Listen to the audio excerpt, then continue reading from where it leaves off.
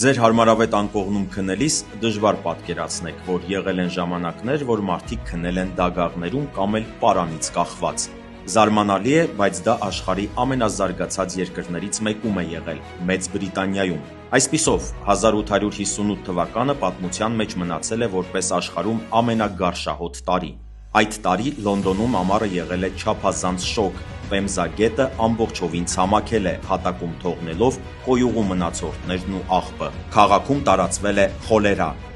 Որոշում է կայացվել քաղաքում անցկացնել կոյուղի եւ արգելել անտուն մարդկանց գիշերել փողոցներում, ինչն այն ժամանակ եղել է բավական վտանգավոր։ Հենց այդ ժամանակ անտունների համար ստեղծվել են գիշերակացներ հետևյալ տարբերակներով։ Եթե անտունն ունեցել է 1 պենի, իրավունք է ստացել նստել նստարանին, բայց արգելվել է քնելը։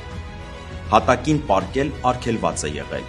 Եթե անտունն ունեցել է 4 պենի, իրավունք է ստացել քնել փայտե արկղում, որը դագաղ է հիշեցրել։ Թույլ է տրվել նաև ծածկվել բրեզենտով։ Եվ մարդկության ամենագարշելի գյուտերից մեկն է եղել պարանից կախված քնելը, որն արժեցել է 2 պենի։ Պարանի վրա գոտկատեղից կախված անտունները փորձել են քնել։ Վաղ առավոտյան ժամը 5-ին հսկիչները պարանն արձակել են, իսկ մարդիկ արթնացել են պարանից ընկնելով։ Եթե անտունն ունեցել է 7 պենի, ապա կարողացել է կեղտոտ, կոշտ, ներքնակով մահճակալ վարձել։ Եթե կարողացել է ավելացնել 1 շիլինգ, ապա թույլատրվել է օգտագործել զուգարանն ու լոգարանը։ Միայն 20-րդ դարում պետության կողմից Անգլիայում սկսել են գործել անվճար գիշերակացներ։ Ահա այսպիսին է եղել Անգլիան 19-րդ դարի երկրորդ կեսին։